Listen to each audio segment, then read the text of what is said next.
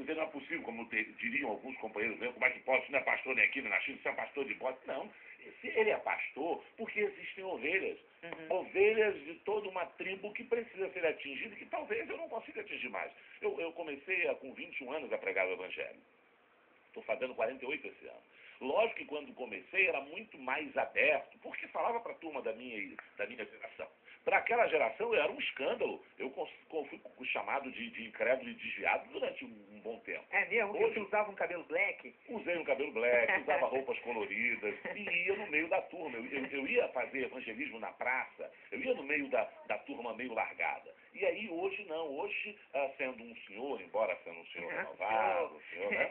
Mas mesmo assim a geração de adolescentes hoje é necessário talvez que, desculpa, eu esqueci seu nome. Jonathan. Que o Jonathan tenha todo esse perfil para atingi-los. Então a gente tenta encontrar um equilíbrio. Eu disse que não recomendo, eu disse que tenho assim orientações, eu procuro a Bíblia, eu falo sobre não colocar a marca no corpo, embora lá em Isaías também diz que escreverão na mão eu sou do Senhor, que é um versículo interessante, eu estava lendo isso hoje, quando na verdade eu entendo que a maior tatuagem que pode existir é aquela que o Espírito Santo faz dentro do seu coração, da sua alma. Porque a Bíblia diz, o apóstolo diz que nós somos seres materiais e espirituais. Ele fala do homem interior. E como homem interior que tem prazer na lei de Deus, eu preciso também ter marcas. E aí, não é só, é possível que alguém coloque um Cristo na testa, um Cristo no braço, e o seu testemunho e os frutos que ele produz não tem nada a ver com o Cristo que ele tatuou no braço. Legal. Até que ponto você acha que tatuar é um pecado? Eu queria só alinhar algo, porque o pecado não está nisso. Ele não está em nada aparente. A base da tatuagem, do piercing, qualquer outra coisa, é o fundo motivacional. É nisso aí que a gente tem que apurar. A raiz do pecado está nisso, na raiz do coração. Por que eu faço? Aonde eu quero chegar? Porque, por exemplo, vamos colocar aqui piercing. Problema piercing? Não é problema piercing. Não vejo problema nenhum em piercing. Mas quando uma menina coloca um piercingzinho no umbigo e atrai para ela uma sensualidade que é produto desse piercing, a motivação dela foi prostituição. Então, qual é o pecado disso? Prostituição. Qual é o pecado de uma tatuagem? Depende da tatuagem. Depende do que, como ele mesmo colocou. E ele, como tatuador, eu fui pastor de muitos tatuadores em Minas. Nós tínhamos uma célula dentro de um estúdio de tatuagem, era muito legal. Tem uma célula no meu. É muito legal. Mas você que é profissional sabe que tem cara que chega com a motivação toda errada. E às vezes completamente obscurecido.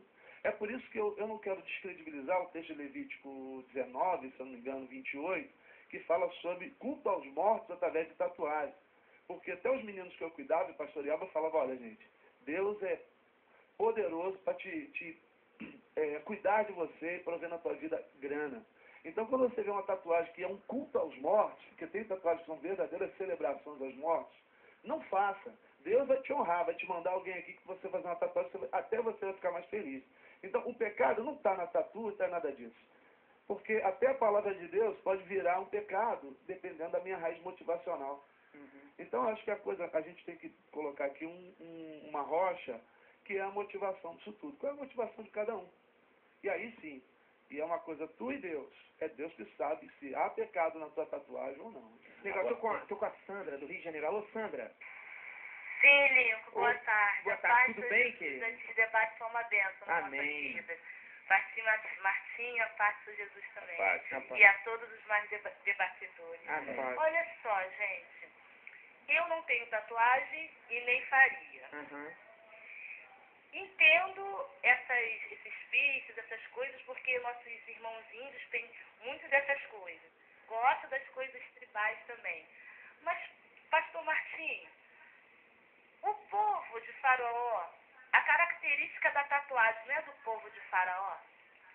Eu não julgo, mas eu não concordo com tatuagem. Obrigado, Sandra. Deus te abençoe muito. Pastor Martinho, a tatuagem é originária do povo do Egito? A pergunta é da Sandra. Na verdade, é o seguinte, a gente confunde muito o Egito, embora o Egito a gente saiba que tenha muito África, a gente sabe que vamos mudar um pouquinho, vamos fazer a questão dos costumes do Oriente.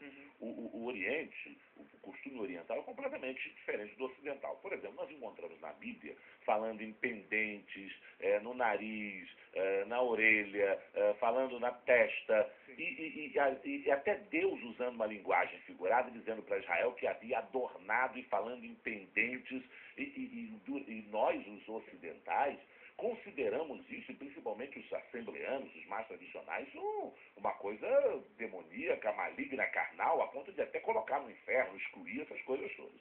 O que eu quero dizer é o seguinte, a questão, como disse o Lincoln, era a motivação. Quando o povo no Egito tatuava, era uma motivação, era uma recordação, e em memória dos seus mortos. Daí a gente tem que ter cuidado em relação a isso. Porque é possível que alguém faça uma coisa de uma maneira tão inocente, sem que isso prejudique a comunhão dele. O outro fator é o seguinte, eu sempre procuro... Eu só estou colocando a motivação e continua sendo motivação.